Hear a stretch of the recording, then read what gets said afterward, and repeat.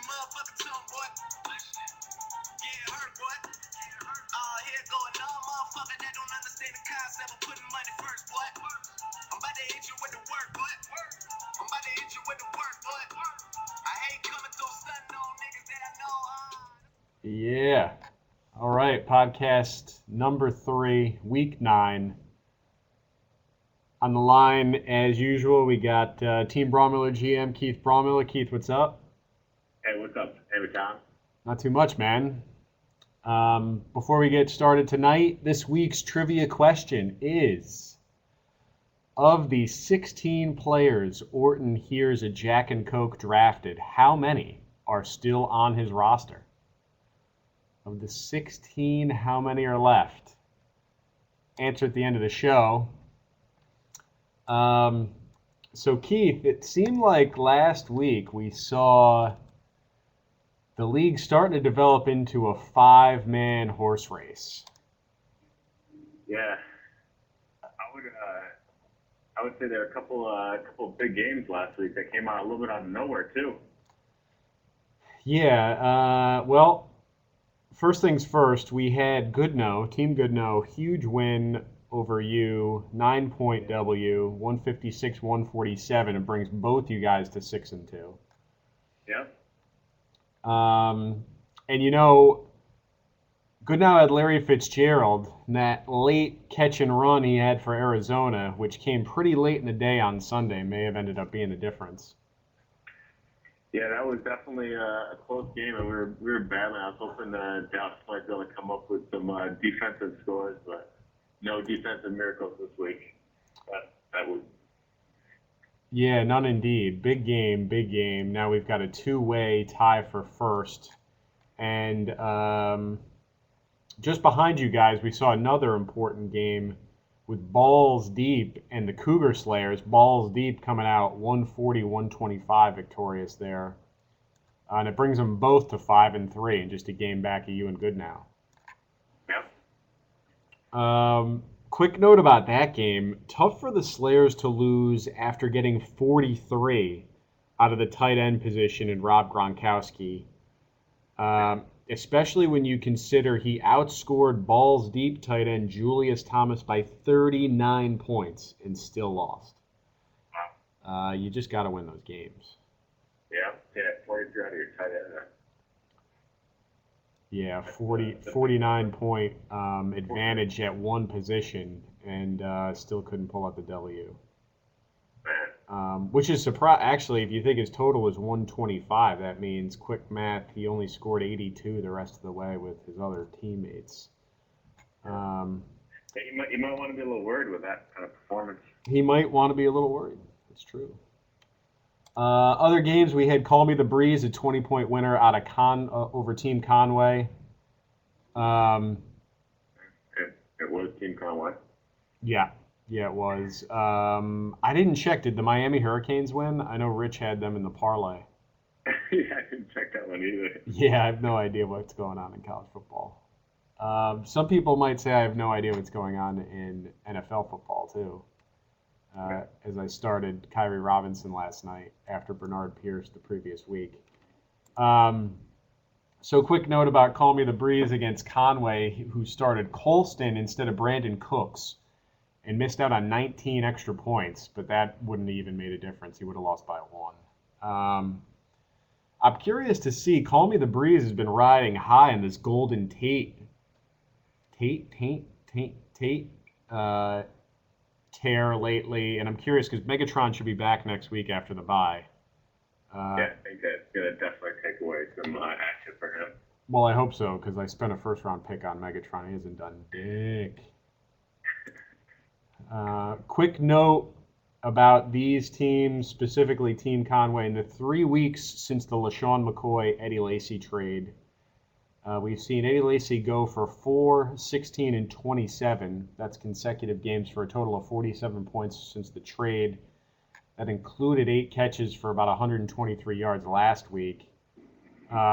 Same time period, McCoy's been on bye in the middle of an 18 and 12 bookend for a total of 30 points. So, you know, the jury might still be out on that trade. Early indications, but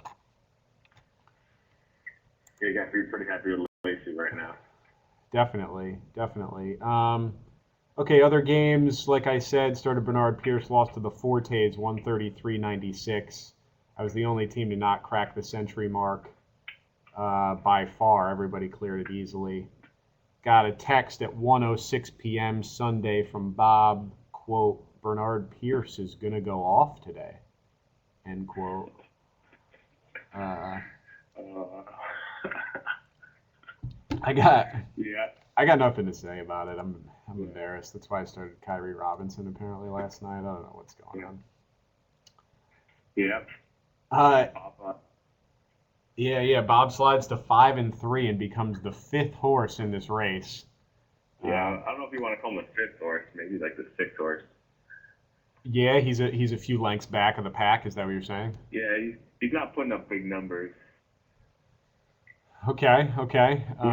Where's he at from overall points perspective?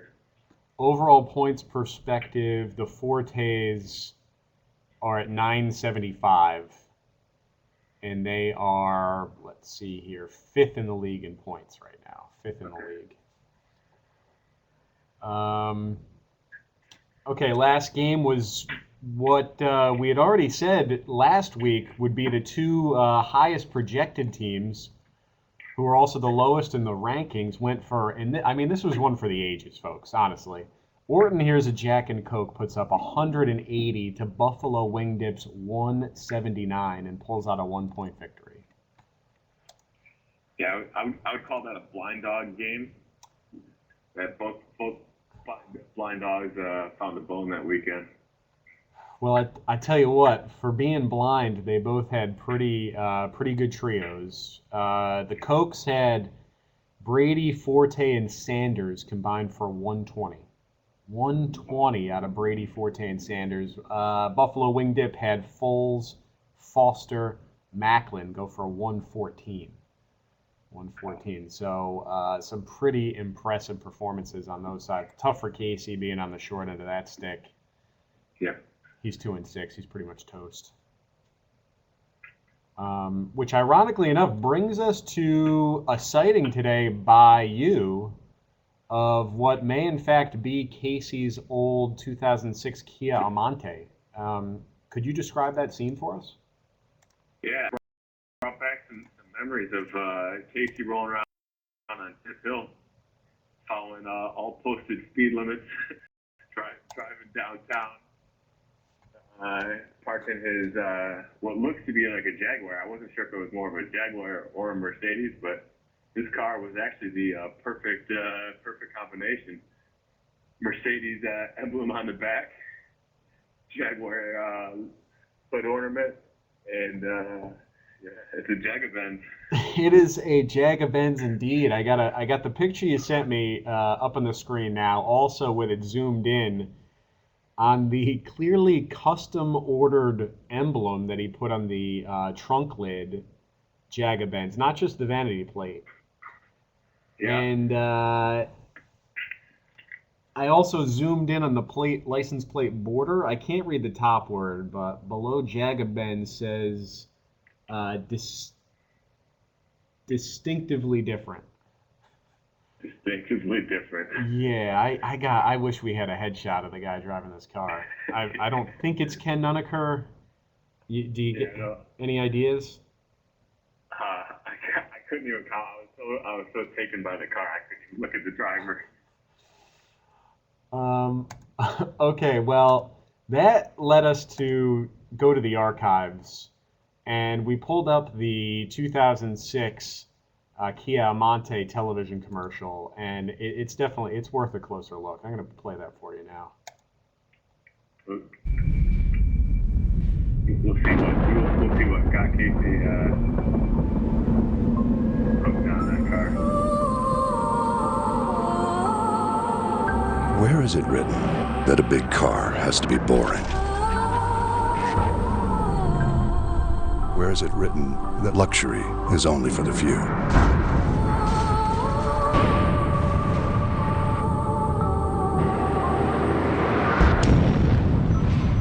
If it is written somewhere, we couldn't find it.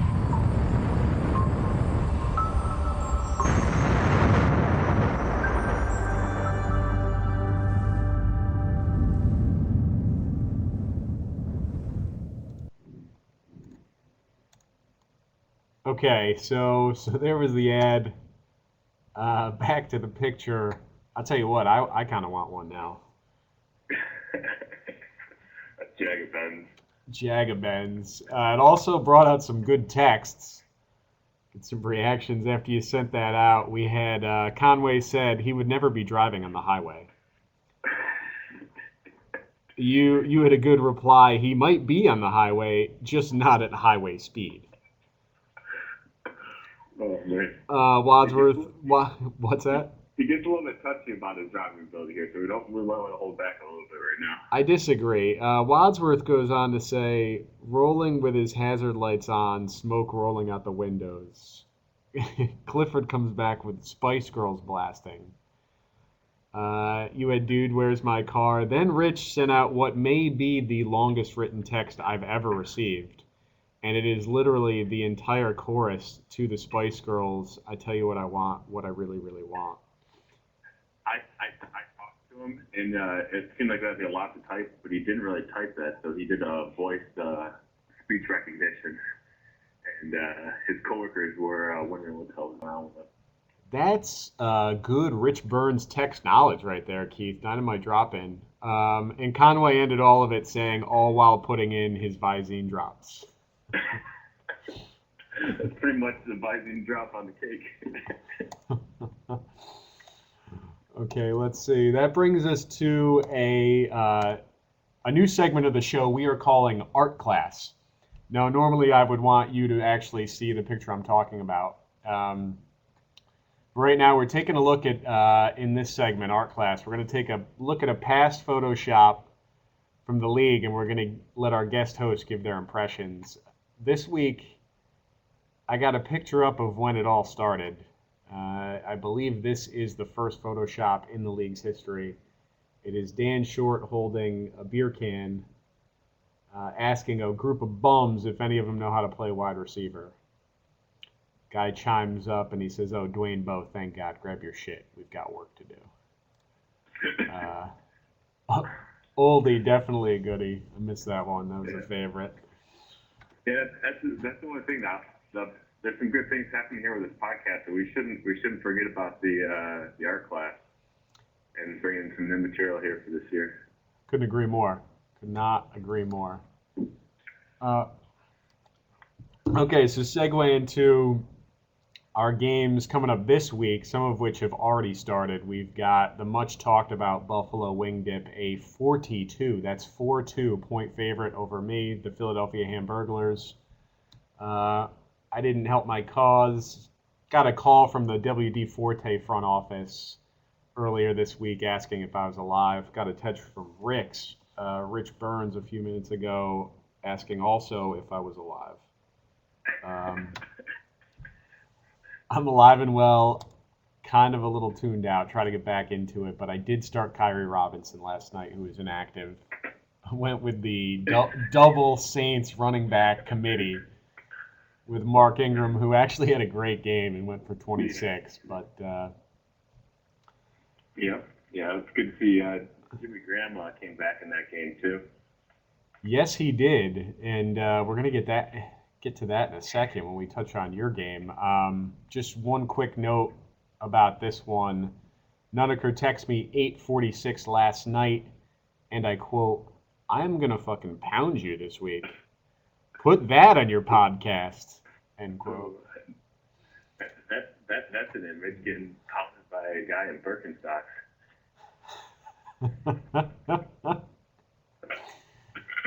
Oh, God help us. If we also take a quick peek back 3 weeks ago, Nuneker traded Fred Jackson for Martellus Bennett. Some of us chuckled at that trade with Fred Jackson being out for a month.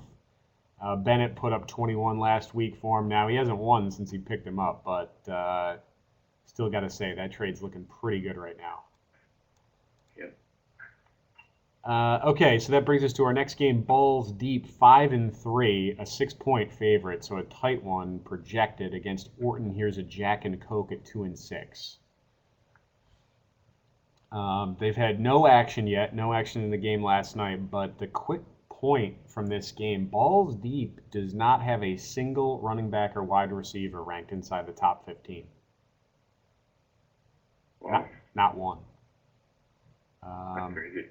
No, he's got Jamal Charles, but still not ranked in the top 15. Okay, let's see here. We've got Team Goodnow 6-2. This is definitely, I think, game of the week territory. Takes it on the road to the Cougar Slayers, who are 5-3. So some interesting. They had some action last night. Cougar Slayers at 5-3. They got Julio Jones on bye, so they're actually looking like they're going to roll out 3 running backs this week, and ended up starting Kelvin Benjamin last night for Carolina, who only got him 3 points. Yeah, but that's opposite. That guy's good. He's gonna be good in the future. Yeah, he's definitely, he could be like the next Alshon Jeffrey for next year. Also, Goodnow had Greg Olsen last night, who only got 6, so kind of a no blood thing going on. Carolina sort of sucked last night passing wise, so they both suffered for it. So definitely an important game there. Goodnow trying to keep pace with you, who's in pretty good shape. The next game, Team Brawmiller, an 18-point favorite over 3-5. Call Me the Breeze. Yeah. So Good to see Jimmy Graham getting back into the swing of things. He was getting lit up all night last night, though. yeah, he took a lot of abuse last night. That back shoulder TD from inside the 5 was nice, especially since it was the only passing touchdown of the evening. Yeah. 21 out of Graham against Rich Burns' namesake, Call Me the Breeze, captain Drew Brees, who went for 19. So you managed to outscore Breeze by 2 with Graham, which is pretty good. Yeah, 19 is actually not bad out of Breeze with the fumble and the interception, too. Yeah, got that rushing touchdown. He just poked it over the goal line. Yeah, by like the head of a penis. So last night, New Orleans had a 3rd and goal from the 3. It was late in the game, probably their last real possession, because they would have been up like over 3 scores at that point. 3rd and goal, you figured they were going to throw, and they end up putting Ingram into the end zone for a second time, and I'm just wondering if that'll make a difference. I guess we'll wait and see on that. And our last game coming up here, we've got the Fortes, a 42-point favorite, 42 over Team Conway. Conway, apparently, I didn't realize this, he's got the entire Green Bay and Atlanta rosters on his squad. So he ended up starting both Colston and Cooks last night, and they only got him 12 points. Oh, man. Yeah, tough break. Ouch. Yeah, exactly. I feel like playing Conway. It's kind of like playing the Jaguars. Conway equals Jaguars. That's tough. That's tough, man. I wouldn't say that. That's not nice. Yeah. Yeah, so Bob's entire team plays at 1 on Sunday, except for Hushka, his kicker. Hauschka, tomato, whatever. So he'll know early where he stands, and it might be at 6-3. Yeah. Even though I would like Conway, even though he is a Jaguar, I would like him to pull this one out. Yeah, I think pretty much the whole league wants Conway to pull this one out. So you gotta guess for the trivia question. Of the 16 players Orton hears a Jack and Coke, of the 16 they drafted, how many are still on the roster? I don't know. Maybe he might have picked them up back up again, but I'm guessing 2. Ooh, wow. It's actually a little higher than we thought. It's going to be 5. 5 players. He's got Brady, Gio, Edelman, Sanders, and Terrence Williams, who I think were like picks 3, 4, 5, and 7. Okay. Which is only 4 out of the 5, so who knows? I got bad math. Okay, Keith, what is your confidence level that you're going to win the league? You still high or what? I'm liking where I'm at. The competition's definitely picking up a little bit, but I wouldn't feel right if I didn't have a little competition. So hopefully we can pull out another. I'm going for league high score again this week, but I won't be happy with anything less. But I think this league's shaping up pretty much the way I want it. Well, it's interesting coming off a loss, but we should get a better idea where everybody stands going into next week. All right, man. Short and sweet. Try to be. Good luck this weekend. No doubt. Bills on bye. Might go apple picking. Just kidding. But I won't care as much. No, he's not. I'm kidding. I'm not kidding. All right, man. All right, bud. All right. We'll be in touch. Catch you later. Bye.